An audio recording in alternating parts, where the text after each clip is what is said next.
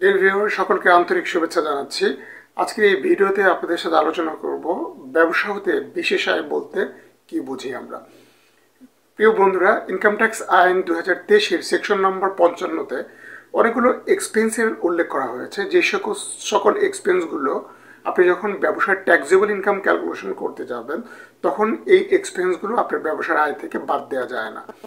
তাই সেকশন 55-তে যে সকল এক্সপেন্সগুলো আপনার ব্যবসার আয় থেকে বাদ দেওয়া যায় না, ট্যাক্সেবল ইনকাম ক্যালকুলেশন করার সময় এই সমস্ত ব্যয়গুলোকে আয় হিসেবে দেখাতে হয়।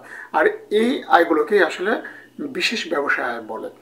আসলে বিশেষ ব্যবসায় আয় হলো এমন কিছু এক্সপেন্স যেটা আমি আপনাদেরকে একটু আগে বললাম, যে এক্সপেন্সগুলোকে আসলে আপনি আপনার ব্যবসার আয় থেকে বাদ দিয়ে আপনি নেট ইনকাম যে ক্যালকুলেশন করেন, কিন্তু ট্যাক্সেবল ইনকাম ক্যালকুলেশন করার সময় এই সকল ব্যয়গুলোকেই আপনাকে আয় হিসেবে দেখাতে হয়। আর এই ব্যয়গুলোকে এই জন্য আসলে ব্যবসায়ের বিশেষ আয় বলা হয়ে থাকে।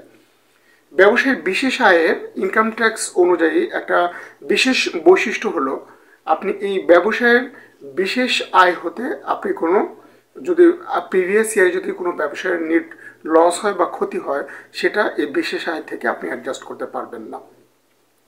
আরেকটা বিষয় হলো, ব্যবসায়ের যে বিশেষ আয় রয়েছে, এই ব্যবসায়ের বিশেষ আয় হতে কোনো ধরনের বিয়োজন অ্যালাওয়েবল না। মানে এই বিশেষ আয় থেকে আপনি কোনো ধরনের খরচ আপনি ট্যাক্সেবল ইনকাম ক্যালকুলেশন করার সময় বাদ দিতে পারবেন না। আরেকটা বিষয় হলো, ব্যবসায়ের বিশেষ আয় ক্যালকুলেশন করার পর আপনার যে আয়টা হবে, ওই বিশেষ আয় হতে থার্ড শিডিউলে যে অবচয় ভাতা রয়েছে, এই অবচয় ভাতাও এই বিশেষ ব্যবসায় আয় থেকে বাদ দেওয়া যায় না। ডিয়ার ভিউয়ার্স, আশা করি ব্যবসায়ের বিশেষ আয় বলতে আপনারা কনসেপ্টটা আসলে ভালো করে বুঝতে পেরেছেন। আমি আরেকটু প্রিসাইজ করি।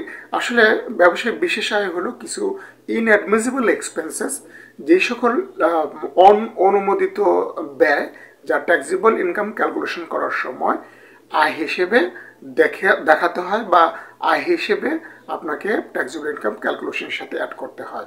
আর এই সমস্ত আয়গুলোকেই আসলে বলা হয়ে থাকে ব্যবসায়ের বিশেষ আয়।